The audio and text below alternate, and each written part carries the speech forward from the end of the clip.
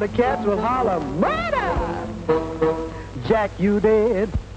We had crossed a threshold, I guess, into professional performance in Mount Airy. And I always thought you had to be in a cover band or something to make any money performing in Mount Airy. Apparently not. No. And people were paying to hear stuff that we wrote or stuff that we were acting out. That's amazing. This is a small town. It shouldn't, but it does have that many people that's that interested in live theater. It does. We have friends that have theater companies, and we would like to probably talk to them at some point, wouldn't you? Yeah, absolutely. I would think. Even Frank Levering, who you're going to have on, has basically a theater company of his own in his backyard. Yeah. Literally in his backyard. Which, by the way, is one of the most amazing places to see theater in the world. Yes. The sun sets behind the Blue Ridge, and there's people on a stage doing Shakespeare or whatever they're doing. Singing or... And you're trying to decide, do I concentrate on one of the most beautiful sunsets I've ever seen, or do I watch the theater? And it winds up you watch them both, and it's something you'll never forget. So you want to talk about the Little Chicago thing. Yes, we do. 2 hours ago. The Ghost Tour did so well so quickly that we decided to do another tour based on the same model, which is we round up stories, we tell you what went on. And when we were doing research for the Ghost Tour, there's a lot of research that we turned up with stories that were like, that didn't end with, and then there was a ghost, you know? Right. Because there's a lot of weird stuff that happens in history, and not everybody dies, and so that doesn't turn into a ghost. And so Mount Airy is full of this rich history. Well, it's known back at the turn of the century for moonshining. Yes. Moonshining and crime. And there's a lady that was a friend of mine, Donna Smith. She's written a book called Murder in Mayberry. She grew up, and you can put up a link to this. It's on Amazon. She grew up in Mount Airy, and she was fascinated for some reason by the murders that had happened here. And we knew that calling the tour Murder in Mayberry probably wouldn't be good because her book was named the same thing. But with her permission, we based some of the tour on some of the stories in her book. And she's this cute little lady. She came to the, sorry if you're watching, she is little. She's a short little lady. She's very sweet. And she came to tell me and the director of the museum some of these stories. She sounds like Dolly Parton. And so we are sitting there on the other side of his desk listening like this while she talks about these murder stories. And that poor man, when that axe went into his head, that blood just flew all over that room. And both of us were looking at each other like, and I said, can you do the tour? She said, oh, no. I said, because they'll pay $20 a piece just to hear you do the tour with that little mountain voice she had. Right. And she said, oh, my, no, I'm not any good with people. But she had written a book about all these murders, so we turned this into that tour. And we called it the Little Chicago Tour because that was the name that Mount Airy was known by from the late 1800s on up until about halfway through the 1900s. And all of these stories, sure, Andy Griffith grows up in Mount Airy, but he grows up in a hellhole at that point. He's stepping over people laying drunk in the gutter just to get into school. And when you come and visit Mount Airy today, you are astounded because none of that stuff is happening here. Well, people were trying to figure out at what point did we stop being Little Chicago, because you could drive up here from Winston-Salem in a few hours before they had Highway 52, and you could gamble, you could go to the red light district, you could go to the opera house and see an opera. You could, but you could also buy a whole trunk worth of moonshine, or you could have somebody killed for that moonshine if you really wanted to. Yes. It was like the Old West up here. It really was. Well, we discovered halfway through the 1900s that it stopped being called Little Chicago. We were actually able to even narrow it down further than that. A certain TV show got on the air in 1961, the Andy Griffith Show. And right about that same time, Mount Airy stopped calling itself Little Chicago, because if the rest of the world was going to see that we had inspired a TV show, we were going to be getting visitors, And we didn't need that. And all that little Chicago stuff was swept under a very big rug at the end of the street, figuratively speaking. And nobody mentioned it again. As a matter of fact, we had people, when I was doing the research for the little Chicago tour, say, I'm not going to talk to you about that. Well, it was 50, 60 years ago. I'm not going to talk to you about it. Kind of gone. Yes. Yeah. Yes. Yeah. Most of the people it happened to are long gone. You can talk about your great uncle being gunned down in the they wouldn't talk about it. You would never believe this cute little city that we have was once a lawless hellhole like that, but in fact it was. And so we wrote a tour about it, and people came to take the tour, but not in the numbers they did for the ghost tour. And what we figured out is people didn't like having their Mayberry bubble popped. You don't like thinking about America's favorite hometown being a source of murder and infighting and inbreeding and moonshining and maybe the moonshine. That's why I go. Isn't it all whistles? It's all whistles, right? Maybe. But that's why I go with your friendly neighborhood murder girl. Right. Not just murder girl, but that's kind of my tagline, is your friendly neighborhood murder girl, because I come from Mayberry and people will be okay with it being funny and friendly murder girl from Mayberry if you say it like that. If you see it like that. And in real life, Mount Airy is a real city town, just like anybody else. We have crime. I get asked that all the time. We have the same crimes that the other places do. We don't have very many drive-by shootings and gangland violence. We had one a couple of weeks ago. But we do on occasion have them. Not to the ratio that they do in places like Raleigh or Charlotte or Atlanta or Philadelphia or wherever. And most of the cases that we have here are domestic violence and people that leave their car running at the grocery store and somebody steals something out of it. I mean, really, lock the car. I mean, don't be surprised if your stuff is gone. Lock the car. That reminds me, did I lock my car? I guarantee you did not lock your car. Did not. Guarantee it. I locked mine even when I'm out of it for a minute, but this one... Vietnam, that's Fayetteville. Yes, Vietnam. We know all about Vietnam. We do.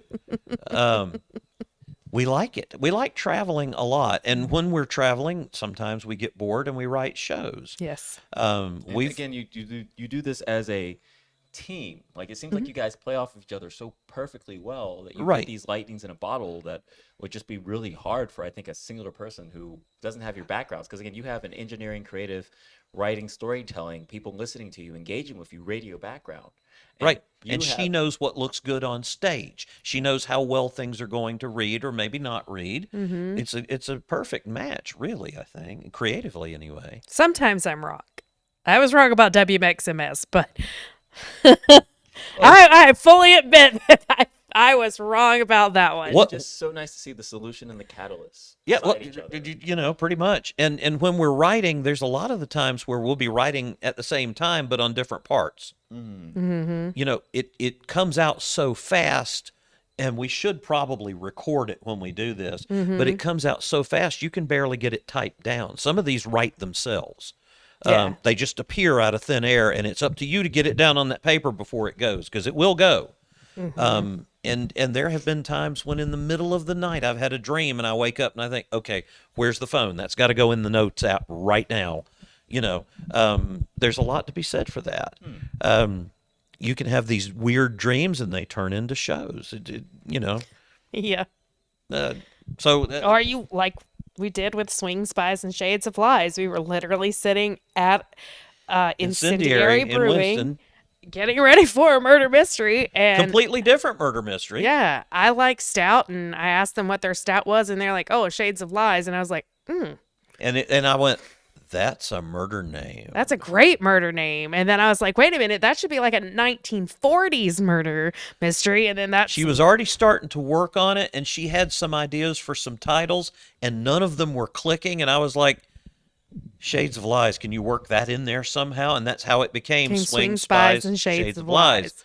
And I said, if we're going to do it at Incendiary, be sure they have that on tap, because, it was inspired by that beer. You never know where it's going to hit from. And, of course, we were honest with them and asked them, did they mind if we used it? They didn't care, right? No, they definitely didn't care. Our friend's Chris there she's the manager at the Incendiary Brewing in Louisville, in Winston-Salem, where we go a lot. Hi, Chris. Hi, Chris. She's actually, I don't think she's back from South America. She went to South America. Maybe she's watching in South America. Maybe you're watching in South America, Chris. But yeah, she was like, yeah, absolutely, go for it. It'd be honored. And so we're actually finally going to get to do Swing Spies and Shades of Lies at Incendiary Brewing on Friday, April the 24th. So I'm super excited for that one. And that one's coming up soon. It is coming up soon. That's why I need to know if you're going to be able to be in the show. Oh, yeah, I need to look into that calendar.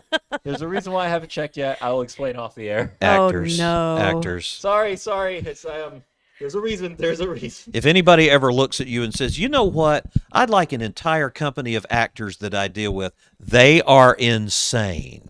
The person, not the actors. The actors are too. But anybody that wants to consciously deal with 20 or 30 different actors, they are insane. Well, I guess I just don't need the paperwork then. That's right. I just outed you in front of everybody. I'm going to agree with him and say I do not make their job easier. And I'm really sorry. You really don't, Will. I'd like to really work with don't. nothing but actresses. You are insane. I will check and any that actress date. will back me up on that, too. I promise you I will check that. The second I click off, I will check that date. When I was in college, I was in theater a lot, and somebody would say, I really like this girl. And everybody else would go, actress. Oh, yeah, you're right. Because actresses are out there. And that's okay. If you like that kind of thing, then that's good on you. See, I kind of like that kind of thing. But actresses are out there. It's part of who they are. Yeah. Actors, too. And I am a lot more sane than they are letting you all believe. Yes, they call me the murder girl, but I am a lot more sane than either of these two gentlemen are going to let you believe. Well, I said I'm a storyteller, so I'm going to color it up a little bit. See, listen, when these two get in the room, have you noticed throughout most of the podcast who hasn't spoken? Me. They hear you speak all the time. You're the host. We only get this guy so often. That's right. I mean, I'll come back. But whatever. I won't talk. But what I will say is, before I got into acting, I was like, yeah, actresses. Now I'm into acting. I'm like, waitress. It's just waitresses are crazier, please. What? Most actresses are waitresses, well, so that'll true. tell you. Librarian. Is there a librarian out there? There's a few librarians out there. Well, some of them are nuts too. Oh my God! I think that's the way people are all the way down. And I think that's one reason why people like going to murders and things like that. Because, again, we don't kill people on stage. No, we Our don't. murders are what you refer to as cozies, Yes, where somebody dies, but you don't really see They're it. the Agatha Christie ones. Right. Eventually, would I like to get it to where we could do some of that? Oh, Absolutely. yeah. I'd love to do an Alice Cooper behead somebody on stage kind of thing. But we're not quite But there yet. Exactly. This is only year 3. Oh, my God. Guys, we've got to slow down just for a moment. Oh, I'm sorry. War, no way you just did that. So, War Dancer here, I'm going to make sure, because I turned off all the sounds for this, and War, you should not have. So I told War that we were going to transfer the show over to your channel, which we are doing that very, very soon. Yes. War Dancer, and I want to make sure I'm reading this right. War Dancer just gifted 1-tier subs, War Dancer just giving you 12 gift subs to the channel. What is this? Themselves I have no idea. They're like $7 a piece. Is that like a sandwich? What is that? Oh, a gift sub. A gift sub is like when people really like what they're seeing, they will throw money at the screen metaphorically. Yeah. Okay. Thank you. I didn't know. This is my first podcast. Oh my And the thing is, I mentioned I was goodness. going semi-pro, and dang it, War, get online so I can send that money back to you because he streams as well. Thank you. But no, he's just given. He likes Alice Cooper too. Rock on. Hell yeah. He's just given 12 Yeah, gift subs, poison. are basically $5 to $6 or $7 in this case dollars per gift sub, which means somebody for 1 month will get to watch your channel for free, no ads. We got to get you emotes. We have to hire an artist to now make emotes out of you to put on your channel. We have a ton of work. Okay. Yeah. I have no idea what he just said, but yay. But no, that's well, I mean that's over Those are 70. emotes right there. There's little That's over thingies. $80. Oh, those things. Okay. Those close to $100. Like for Little example, stickies. Yeah, and like here's my emote, which will not appear on screen because I have a professional setup today. But here's gonna make it just a little bit bigger. Okay. All right. Okay. Yeah, we're gonna move on, but. War. First off, so when that happens, you. Thank you. We thank the audience member, but War is my literal own mod. So, which means moderator. He makes sure the computer doesn't get hacked or anything. And Oh, okay. Thank All you, right. War. Thank you. War, seriously, you did not have to spend that money, buddy. Thank you so very much for sending those gift subs. We will get the show over to her channel right away so that people can start watching the show and start watching it for free because you've literally paid for them 1 whole month of watching her show. Wow. Which means we're going to have to put out more Yay. than an episode a week to justify the money you've just spent. Well, again, that is him. I am always having to wait on him. Yeah, I will sit here and do 12 episodes in one day if that's what it takes. but no, But I have to wait on him. Somebody's got to edit it all together. Well, I had the editing software. I can do that. I'm handing that over to. But here's my point. We're gonna move on. The show's going well, and you're on fire, and I don't want to set your fire. War, seriously, you did not have to do that. I don't even have a camera pointing to me, okay? But you did not have to do that. We appreciate it, buddy. Yes, thank Your you so money much. Will be well spent. Production will not slow down. There you go. Thank you. And the 12 people that you just gave a free gift sub to are going to enjoy a month's worth of her show at cool. no cost. Hey. Thank you very much, War. Wow. Murder. Oh my God. Wow. That's what that has to be one of my little memes.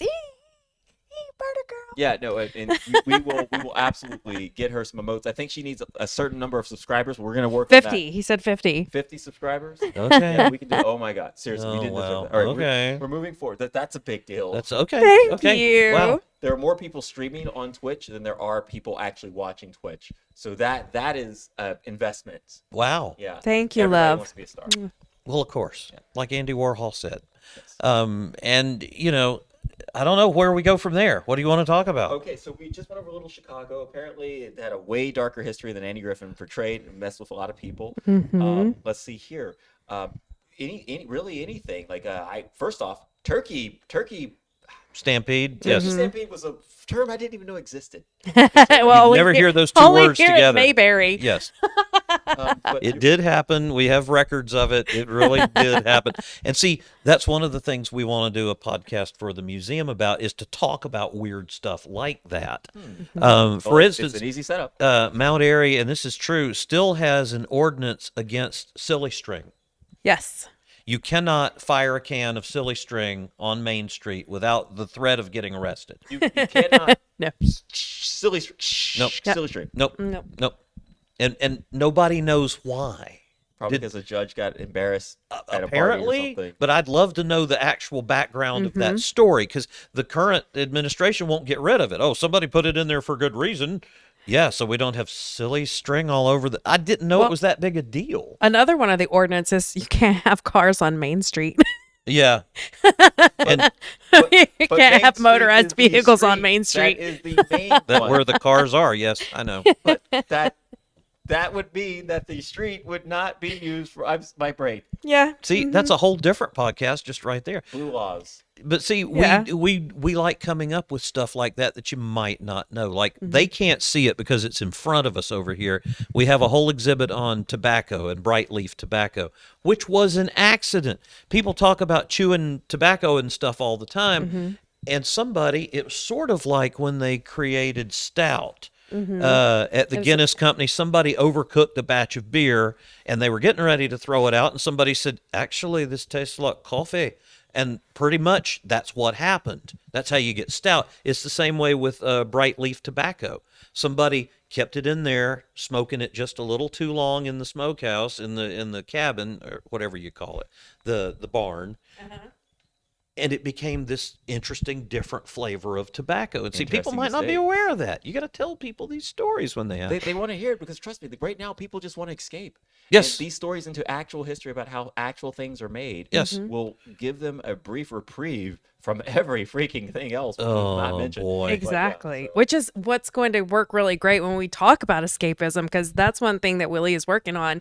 He's working on, like, during the Depression, creating this whole, like, historic thing about escapism and theater and stuff like that. So It is a huge I can't wait. I can't wait to hear about it. Yeah.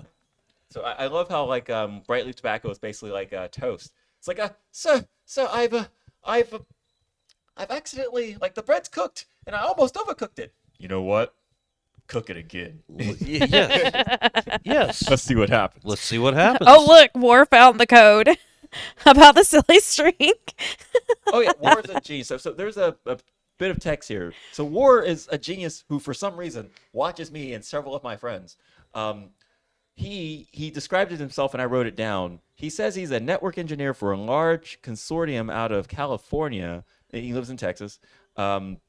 While living in Texas, he works for Low geosynchronous orbit satellites feeding encrypted data to medical customers all over the world. Wow. And when he doesn't show up to work, Yes. it's him and another dude, or possibly two other dudes. And basically, if all three of them disappear, just a lot of stuff's not going to work. Oh, wow. Wow. Yeah. So well, nice to meet you. And he, for some reason, gives me his eyeballs occasionally, and I don't know why. I mean, right now I will say it's because I'm here. And we're sweet and we're funny. But here, we'll continue moving on. But we have reached the hour and 18-minute mark. Wow. So I at should this shut up point- now. Well, no, not at all. What we could do is, now that we've reached the hour and 18-minute mark, which we can dice up these episodes, this is the part where if you have anything of which you'd like to promote, anything that you'd like to present forward, anything you'd like to invite people to, even if it's just you, this is the part where you tell the audience, because, again, they like you. Oh, well, I'd like you all too. Thank you. We are always doing something here. If not at the museum, then something in Mount Airy. One of my special side projects has been turning part of our third floor into a theater, a small 70-seat theater. And we do theater shows here. And it's not the Disney Junior version of something. No. It is usually adult theater, meaning people are going to cuss. There might be some triggers. Somebody might slap somebody. Somebody might tell about a rape or something like that. Yeah, we did Ma Rainey's Black Bottom. we here do last have year. dark We did. stories. We did. And see, we think that there was a dearth of live theater telling grittier stories, I guess. And we also work with our friend Millie, who has a thing called the Spoken Word. She's created the Spoken Word Society, where people come and they get up in front of a crowd and they read stuff. Or they write stuff and read it, or they use the audience as a test bed for stuff they've written out. I've even done that myself. I write some humorous essays, and I like to hear where the laughs are falling and where they're not, so I can be sure that I'm still doing what I need to do. I love Maybe that, too. I'll write a book someday. I don't know. Maybe. People keep saying, you should write the book. You should find me the time to write the book. Well, that is something Millie is doing soon here at the museum. Did you tell them about the porch? No. This weekend, No, actually. the 28th. Is it the 28th? I thought it was this weekend. No, I thought it's the 28th because I'm not going to get to come. Doing a quick phone check. Doing a phone check here. I can't. I'm running live. I can't do it. Okay, it is next weekend. It's 27th, 28th, and I think the 1st here at the museum in Mount Airy. Our friend Millie has written a play about growing up at her grandparents' store in rural West Virginia. And so it's called The Porch, and it's a one-person show, really. Yeah. And it's part of her life. And she started doing it as a therapeutic kind of thing. Well, it turned out people wanted to hear about it. And the way she presents it and the way she acts it out, it actually is fascinating. Yes. So we're going to do that upstairs. The tickets are available online they're through the museum's website. 10 each. Cherry Orchard Theater. And Which our next guest, Frank Levering, is the owner of the Cherry Orchard Theater. So right. And it's at really the cool way we museum, could tie everybody together. right, at the museum, we thought, why should he only do shows during the summer when people can see him outdoors? He needs a venue that he can do them in the winter as well. So what they do is they run some of the shows outdoors, and then they bring them here, and in the winter they run them on our third floor in our little black box theater. It's a cozy venue to see stuff like that. And a Yes. lot of the shows, like I say, are adult themed, and they are in your face, and that's entertaining too. It's not exactly stuff I would write all the time, but some of them have been breathtaking. I mean, I never come out of a Cherry Orchard Theater show where I didn't go, wow. Yeah. It's And it's next all level new stuff. It's not usually something that you're going to find mainstream. No. It's something that's experimental. experimental. Or maybe it's something that Frank wrote himself and he just wants to try or out. You never another know. one of the local playwrights have written. Like Mark, I got to work with him. Thank God, I'm his wife on this one. He wrote Andy Phone Home, which is the story, and it's loosely based on the truth, but the story of Andy Griffith's parents Yeah. and their journey through what it was like for them while Andy Griffith was becoming famous. Right. And He's actually not in the show, although he appears in the form of someone calling them on the phone a lot, because Andy did that with his parents. It's not really about Andy as much as it is how two normal people suddenly deal with a person that becomes a superstar. By 1965, Andy Griffith is making over $1 million a year on his TV show, which was a lot of money back then, more than they were paying movie actors per picture at that point. Yes. The average movie actor was making much less than $1 million a picture, and here Andy Griffith is doing it every season. And suddenly you have two parents that were married in the Depression and are living on $50 a week in Mount Airy and living fairly comfortably, and their son spends more than that on lunch every day. And how do they deal with that? As a matter of fact, it doesn't change them hardly at all. Yep. At least until they move to California later. It's true. But because then they could buy the good peanut butter. Right, but you see, as a squad car driver, I sat in front of Andy Griffith's house every day telling the story about him growing up in that house. The house is still here in Mount Airy. You can see Andy Griffith's childhood house. You can even spend the night there if you contact the Hampton Inn. But I sat there every day telling the story and imagining what those two people must have thought as they watched their son every Sunday night at 9 o'clock on CBS, like the rest of the country. What went through their minds? Well, there he is. Oh, he looks better this week. I mean, what are they going to talk about? And so that's where this show came from, is what kind of conversations might they have had? I wasn't there, so I don't know. But part of being a writer, as another one of my writer friends has pointed out to me, is if you become a writer, you are a graduate of MSU, not Missouri State or Mississippi State, but make shit up.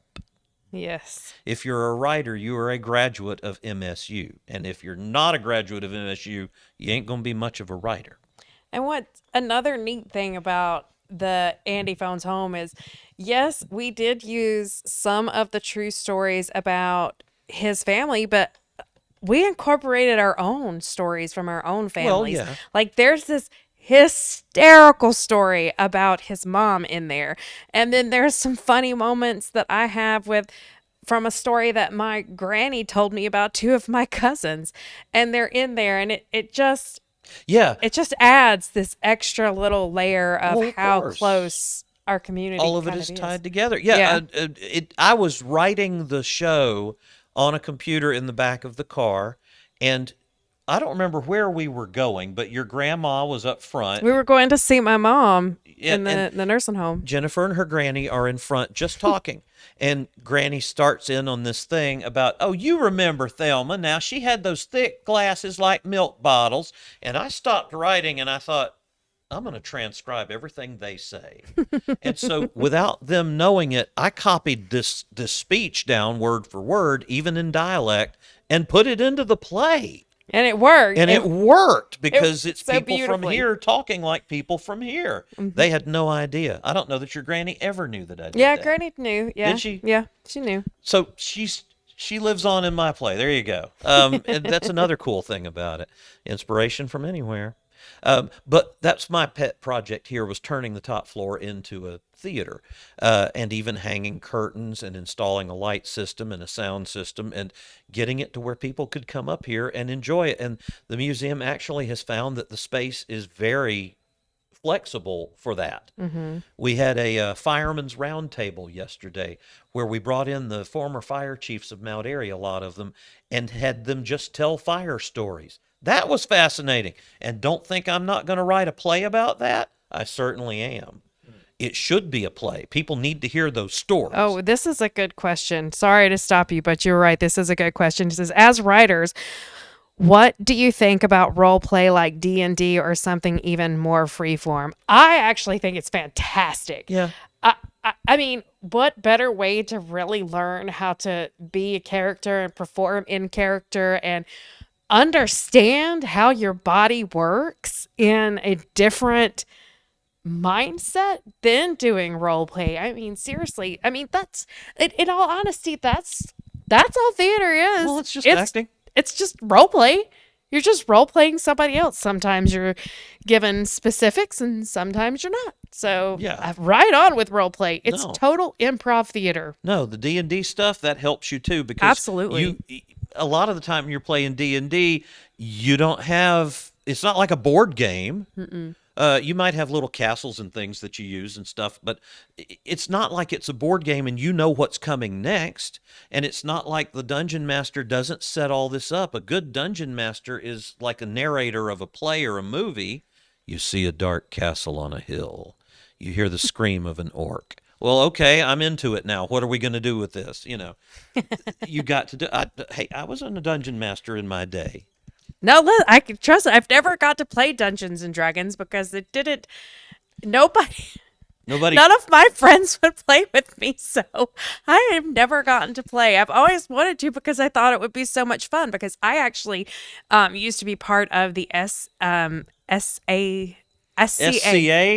the Society of Creative Anachronisms, which is all about role playing in the medieval Renaissance era. Yes, and I loved but they it. tend to show up in sneakers. You know, they tend to show up wearing sneakers and I headphones. didn't. I had my own garb, and I was working on becoming a bard, and I wanted to get my ringlet, and I wanted to become a lady's maid, and then I never got. I'll be honest with you. One of my former lives, I was the hunchback at the North Carolina Medieval Festival at Castle McCulloch in Jamestown near High Point, and I walked around all day with a hump on my back and going,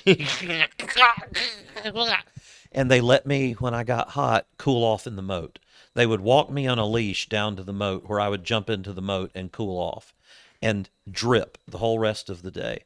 And what I did to improve my authenticity of character was, go on. I was working as a video producer, right? But I was doing this on the weekends. I would never wash the costume. What?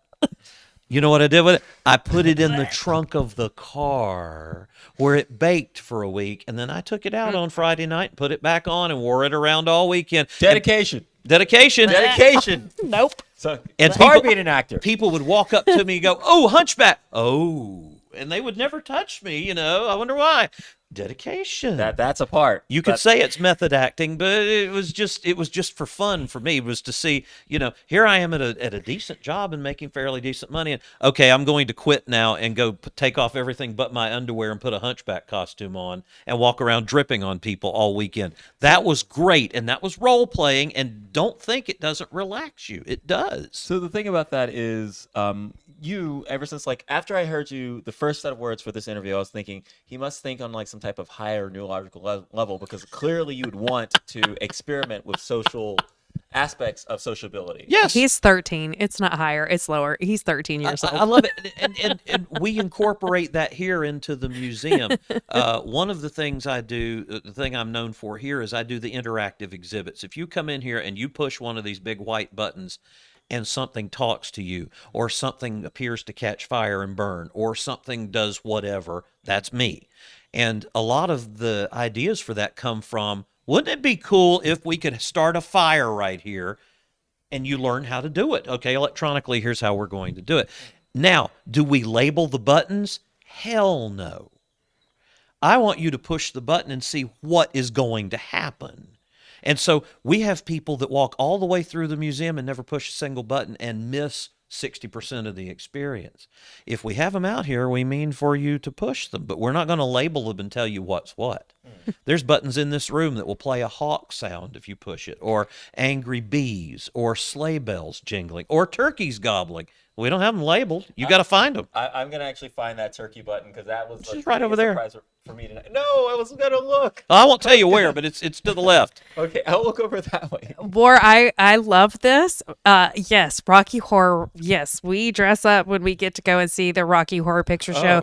Rocky. And like, listen, like he dresses up, not like.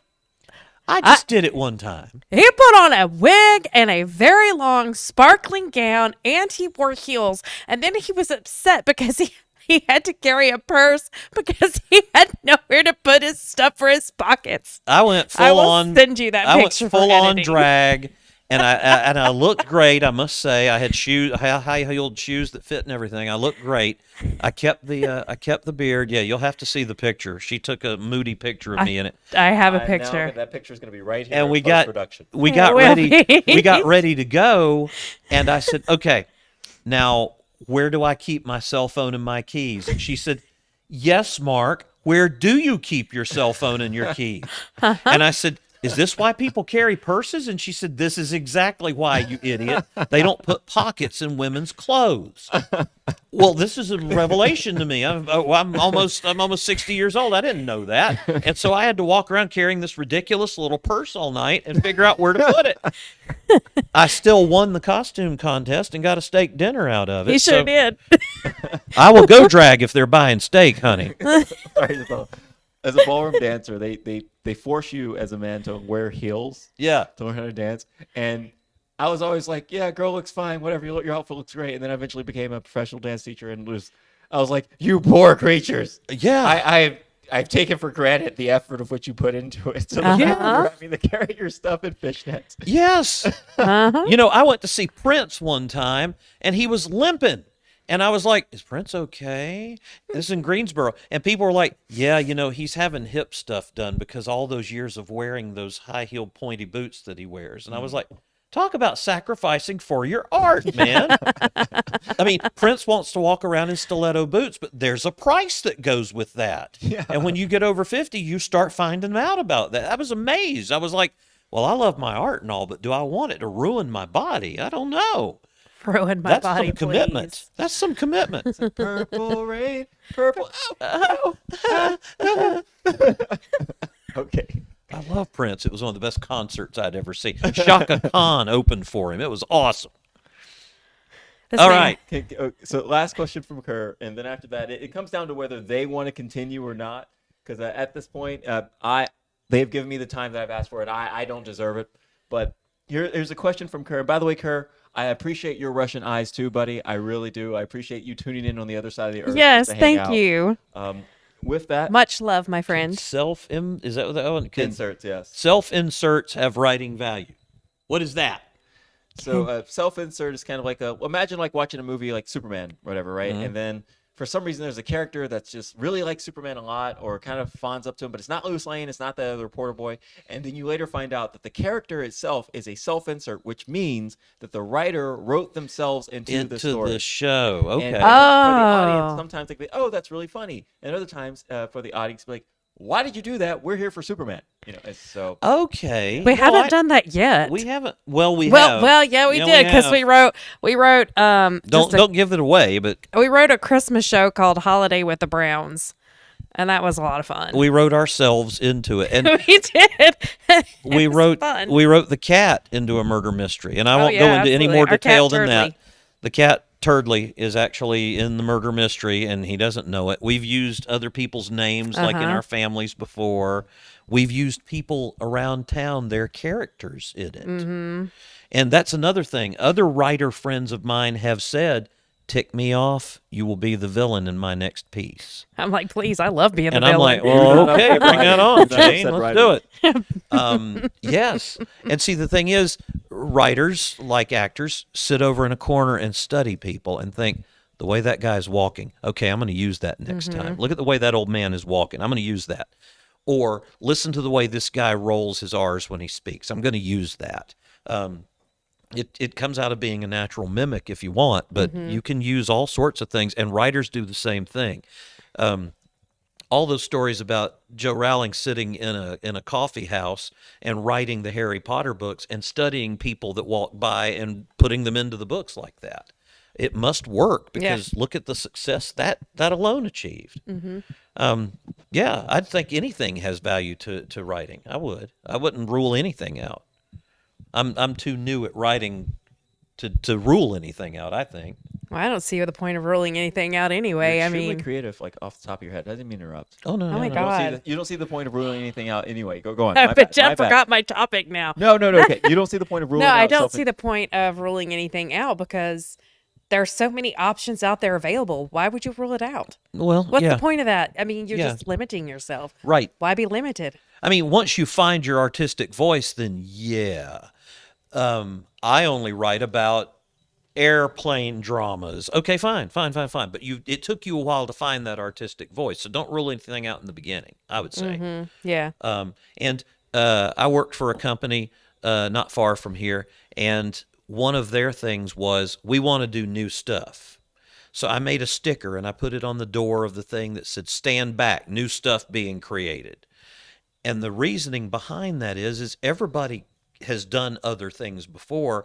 We want to do stuff where you can't go on the internet and find out how to do it because nobody's done it before. Right.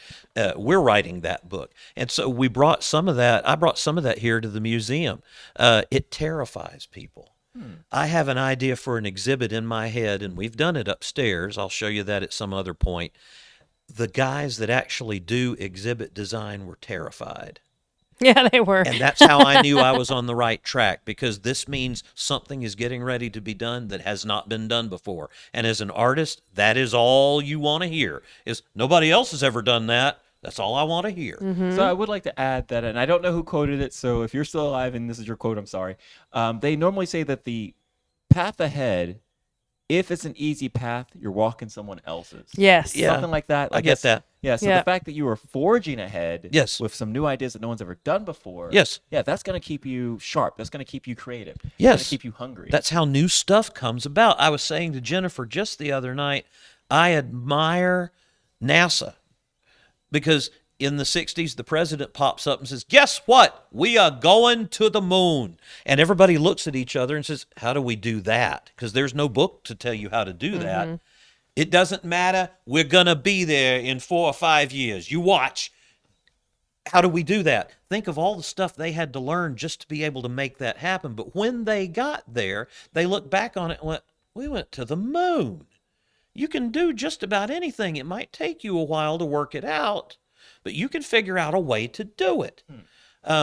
Thomas Edison invents the light bulb, as they famously say, by trying 3,000 different ways not to make a light bulb. Yes. That's what he said, is I found out several thousand different ways not to make a light bulb, but he made one that lasted for well over 100 years till LEDs came along and changed it.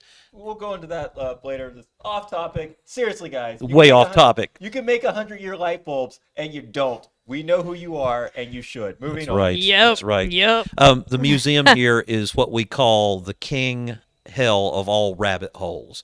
My job involves doing a certain thing, but at some point during the day, someone will come into my office or stop me in the elevator or wherever and go, by the way, did you know that there was a second railway line that ran through Mount Airy? And that's it. I'm off. I'm off somewhere else doing something else that has no relation to what my job here is. And it happens every day here because we are all fascinated by history. Somebody will say, did you know they had a turkey stampede? That's it. 3 or 4 of us will go off and start looking for evidence of the turkey stampede, and we'll find it. And I'd like to add that he, and again, if you guys do decide to come down to this museum in particular, again, Yes, the please description do. will be down below. He makes 2-scale models, from what I've seen. Oh, yeah. 2-scale models of yeah. certain geographical areas. And that's all I can really say, because I don't want to say a word that is smarter than what I know about what he does or that I don't understand. So we're going to look at that. Well, it's whatever the job pops up with, and that's why I like the Imagineering aspect of it. At Walt Disney World, nobody ever says, okay, how are we going to make a pirate ship fly? They say it, but they say it to themselves, and by golly, they go and do it. That's what we do here. One of my latest things is, Mark, we need a tree stump for this exhibit. And I said, okay, they've just cut down a bunch of trees at the end of the street. Will that do? You got to remember, you are in a museum. You cannot bring anything into the museum that might have bugs in it, that might have mold on it, that might cause somebody to be allergic. So no, this stump is going to have to be created as a showpiece out of styrofoam and paper bags and paint, just like you would for a theater show. And I don't know anything about stumps, but we have the internet, and I got me some pictures, and I started making me a stump. And it looks fairly much It does. like It a looks stump. actually looks pretty good. I'm kind of proud of my stump. And 20 years from now, 40,000 people will have seen my stump. I'd show you all my stump right now, but this ain't that kind of podcast yet. So actually, to watch this show on this particular channel, which we'll have to set your settings of that, you have to verify that you are an adult, so you're good to go. Okay, well, all right. Well, in that case, I'll show you my stump. Vertical X. Oh, and also, War, thank you so very much. So another thing I love about Twitch streaming with people that are actually your friends, like War and Kerr here, and some other people that can't communicate, but they have accounts that just don't communicate. They're from community. Hi, guys. War just gave me the quotes, and I'd rather it be read in your voice since you're our host. Yeah. If the path ahead of you seems too smooth, you're walking in someone else's footsteps, Carl Jung. That makes sense. Thank you, War. Yeah, thank you. That makes plenty of sense. Yeah, I will literally be like, "Hey guys, I don't know this thing," and then like 3 people will be like, "Here's the thing, you're an idiot." Like with my channel, I'm a bit of a clown. It's okay. So that's why we're transferring over Murder Girl to the Murder Girl channel. But Well, I don't mind being a clown, but it's like you had me make up this Twitch account and I have to use it. You're gonna use it. Yeah, but I know, my I know. audience will be like, "We love you. You're an idiot. Actually, that would be a good T-shirt. Love you. You're an idiot. We love you. You're an idiot. You're into wacky shirts as well. Oh Like with yeah, words yeah. on them? Yeah. Oh my God. Okay, but here. Our director looked at me 2 weeks ago and said, "Mark, Thank you. T-shirts go wild." And I was like, "Okay." So the museum's going to have weird T-shirts like that. You got to sell whatever. And weird stuff on T-shirts sells pretty big right now. Museum nerd T-shirts and things like that. Sure. That's why I want to get some that are Murder Girl. They're on the way. I'm working on and it. Also, Kerr, again, thank you. Googling does take a long time, and I appreciate the fact that you, War, and everyone else who watches does it. But again, at this point, we're at an hour 44. Well, Is there anything that you want to shout out? Anyone you want to shout out? First off, thank you both, one, for being a power couple. Okay, a power couple. Creative power couple. A creative power couple that makes That'll work. all different types of mediums. You guys have different skill sets that blend together so perfectly that, again, you have built, and again, there's other things that they do also, but I'm here for the Murder Girl aspect of it.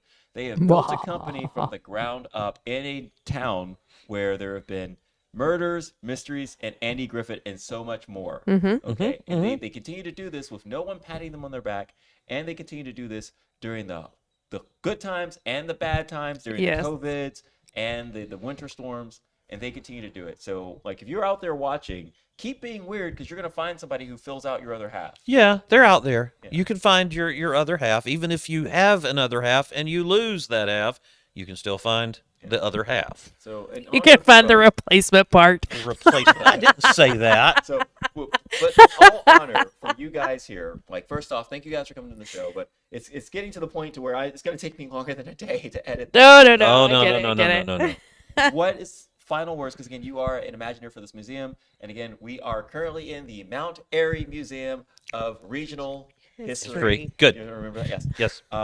It's a mouthful, we know. So for people that want to meet the guy who's built a lot of the stuff here, I can't say all because I have to stay factual. A lot of the stuff here, who has helped engineer a lot of the stuff here, who has seen more aspects of this town and the other displays than anyone else, because you make scale models. What are some parting words that you on the Murder Girl podcast would like to say to the audience to inspire them or to not inspire them? You can say, do this, or you say, don't do this. Well, don't start your own murder company, obviously. Because you don't want to compete with me. They That's don't what call I'm me the saying. Murder Girl for no reason. No. actors So that you don't can't have a threaten watch. people. Yes. None of them have watches. Time is irrelevant to a lot. I know. It's not just you. It's all of them. And so, see, that's the hard part. Being an engineer and dealing with stuff like time and being exact, and then being a creative person and dealing with whatever, it's out there somewhere. Right. It's kind of hard to resolve the two, but you can do it. Walt Disney said, my favorite quote by him is, it's kind of fun to do the impossible sometimes. There's a lot that goes into that, and there's been many times where I bit off much more than I could chew just trying to do the impossible. But when it finally works and you step back and you go, look at this thing we did, it's all worth it. Yes. Go home, take a nap, take a few days off, come right back and do the next impossible thing. As Alice says, do several impossible things before breakfast. I imagine 6 impossible things before breakfast. Yes, that's Lewis Carroll as Alice. Yes. I love that. Love it. Yes. Keep creating. Even if you think it's not worth a crap, keep creating. Eventually, somebody will turn up and go, okay, this is good. This is good. Let's do this. It'll happen. Yes, that's the truth. Yes, thank you so much to War and Kerr for hanging in there with us this evening and for all the amazing questions. This has been fantastic. We truly appreciate you being a part of the podcast. Glad to be on with you all. This has been exciting. It really has been, and like you've lit up like a wick. I've loved seeing this side of you. I'm looking forward to just having you in front of so many displays and you explaining how all this stuff works. Okay, well, I will. I mean, I will find a way to properly compensate you, because if you're good at something, you don't do it for free, okay? Well, if you're good at something, you'll never work a day in your life. Yes. It's not like you dread getting up in the morning and going to the jobs that I have. I mean, I hate getting out of bed because I'm old and everything creaks. But when I get to the job, no, it's full force, 100% all day long. Got to be. It's got to be, or else it's not true. And being an actor, you have to be as true as you possibly can be, or what you're acting is just not that good. Yeah. So you have to believe in yourself and push yourself along. Yes, So I do that all day long. It takes an incredible amount of energy to be somebody like me or Jennifer or you or whatever. And you don't realize that till you get home and you go, I am so tired. What have I done today? Oh, 15,000 steps. Okay. I didn't even think about that. Yes. Yep. So you know what? If you're born with creativity, you got something that'll pay the bills for the rest of your life, hopefully. Yes. Hopefully. Creative people are not a dime a dozen. Don't ever let anybody tell you that. Yes. I've run into that before where they go, we'll just get some other creative people. No, not like me, you won't. Yeah, that's what I say. No, you're one in a billion. Well, that's what I say, though, when people say stuff like, oh, we can have ideas all the time. No. You might can have them, but you can't follow through with them. You can't put them into production. That's the question. Mm-hmm. So thank y'all for riding along with me. I hope I didn't bore you over 2 hours. No. I'll show you some old footage. This has been the most engaging. I'm not just saying this, right? I've got nothing to gain from saying this. This has been one of the most engaging, intriguing, fascinating episodes I've had. And you're probably thinking, why? Because I used to work with rock bands, and all they ever wanted to do is not tell me anything. Now, ask her. I do not remember another thing. I can tell you everything in this room, but I'm so involved in all this stuff that I don't even know what day it is most of the time. Yeah, no, that is true. It felt like it's Friday all day today. I don't know what that is. And I know a lot of people out there are the same way, where they have to be reminded what day it is, Mm-hmm. Why are the banks all closed, Mark? It is Sunday. Oh, yeah. Okay, I'm really not trying to Me Too you to death. Same here. There will be days where I'm like, oh, my God, it's Wednesday. I need to do something. I'm like, dude, it's Sunday. I'm like, oh, yeah. Oh, okay. yeah. And if you're show business people, that happens because you're acting and working on the weekend. So maybe Tuesday is your Saturday, or maybe Wednesday night is your Friday. It's kind of confusing sometimes. Right. All the time. I love how Kerr said, artists starve, yet I ain't hungry. I said, neither are we. One of my favorite jokes to tell people, Kerr, is I have a flat stomach. The L is just silent.